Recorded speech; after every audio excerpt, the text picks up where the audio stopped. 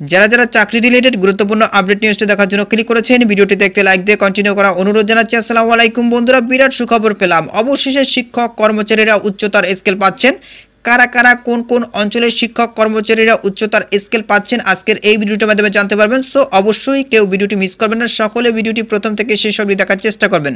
তাহলে চলুন মূল ভিডিওটি শুরু করা যাক। প্রিয় বন্ধুরা, মূল ভিডিওটি শুরু করার আগে বরাবর মতো ছোট্ট একটি রিকোয়েস্ট থাকবে, আপনি যদি আমাদের এই পরিবারের নতুন দর্শক হয়ে থাকেন, এরকম নতুন নতুন চাকরি রিলেটেড আপডেট নিউজ সবার আগে পেতে আমাদের এই চ্যানেলটি সাবস্ক্রাইব করে রাখুন। প্রিয় বন্ধুরা, দেখতে পাচ্ছেন দৈনিক শিক্ষা.com একটি গুরুত্বপূর্ণ আপডেট নিউজ প্রকাশ করা হয়েছে। এখানে বলা হচ্ছে উচ্চতর স্কেল পাচ্ছেন 1663 জন।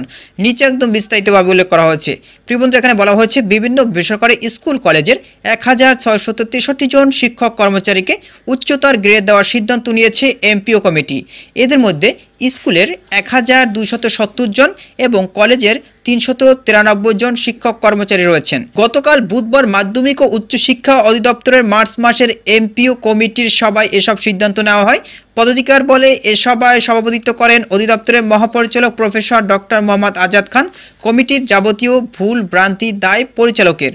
সভায় শিক্ষা মন্ত্রণালয় কর্মকর্তারা, মাউসী অধিদপ্তরের 9 জন করে আঞ্চলিক পরিচালক ও উপপরিচালকরা উপস্থিত ছিলেন। এখানে আরও বলা হয়েছে, দেখতেই পাচ্ছেন, সবাই অংশ নেওয়া কর্মকর্তারা জানান উচ্চতর গ্রেড পাওয়া স্কুলের শিক্ষক কর্মচারীর মধ্যে বরিশাল অঞ্চলের 152, চট্টগ্রামে 65, কুমিল্লার 111, ঢাকার 120, খুলনার 175, ময়মনসিংহের 97, এরপর দেখতে পাচ্ছেন রাজশাহীর 59, রংপুরের 433 এবং সিলেটের 58 জন রয়েছেন। অপরদিকে উচ্চতর গ্রেড পাওয়া কলেজের শিক্ষক কর্মচারীর মধ্যে বরিশাল অঞ্চলের 32, চট্টগ্রামের 28, কুমিল্লার 6, ঢাকার 42, খুলনার 18, ময়মনসিংহের 10, রাজশাহীর 214, রংপুরের 40 ও সিলেট অঞ্চলের 3 জন রয়েছেন। তো প্রিয় বন্ধুরা, আশা করি আপনারা পুরো বিষয়টি বুঝতে পেরেছেন।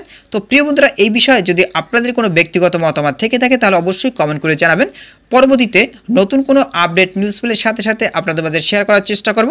এতক্ষণ ভিডিওটির সাথে থাকার জন্য অসংখ্য ধন্যবাদ।